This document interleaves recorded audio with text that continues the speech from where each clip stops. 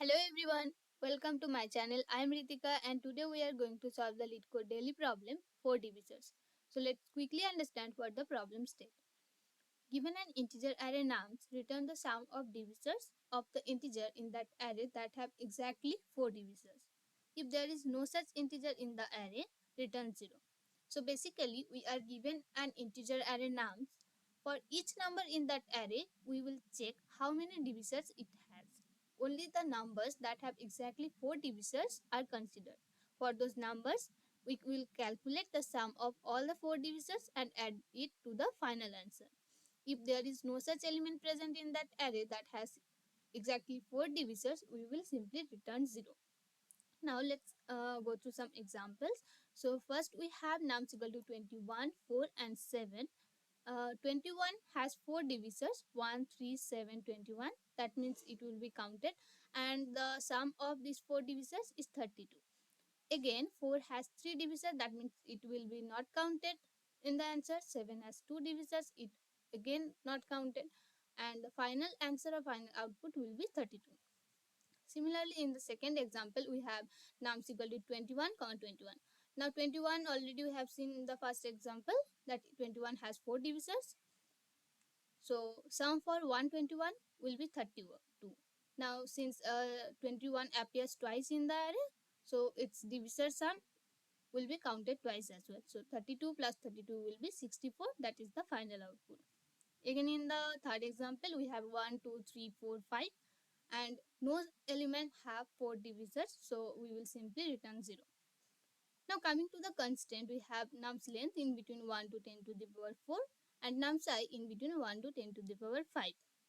See, if we go through each element of the array and find all the divisors for each element, it will take a n square solution because we are using two loops, right?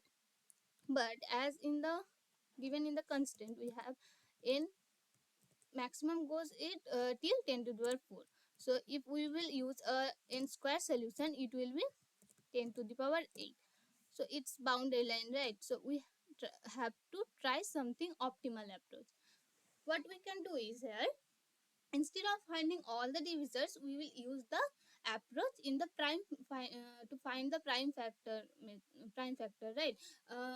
What we will do here is we just traverse till the square root of the element.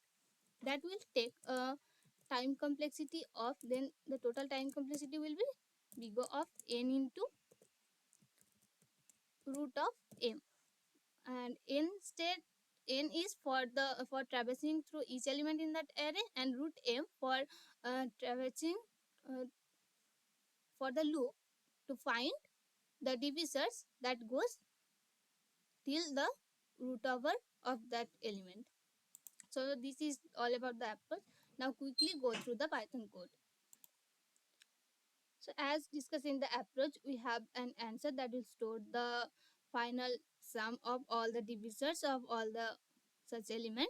Now we will go through each element in the nums array and we will use here another function find divisor for each element that goes like this. First we have divisors that will count how many divisors the element have. Now sum will store the summation of those divisors. Factor is basically the variable for iteration. Now we will go till the root over of the element. Now we will find that if x or the element is divided uh, by the factor. If so, then we will find the other factor.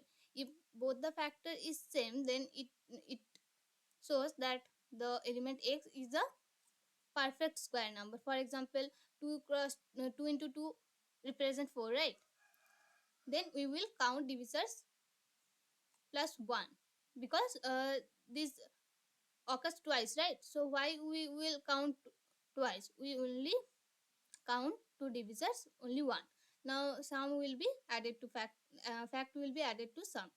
Else otherwise, if other factor and the factor is not same, then both will be counted to the divisor. That's why we will count it to 2 and sum will added up along fact plus other fact.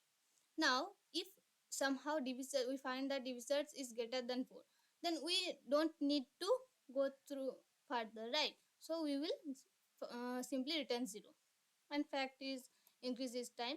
Now after the loop ending of the loop, we will check the divisors is equal to the number of divisors is equal to 4, then we will return sum. But if it is lesser than 4, then we will return 0, and the summation will be added to the answer, and finally we will return the answer.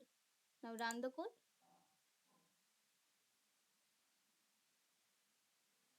Running, it's running now. Submit.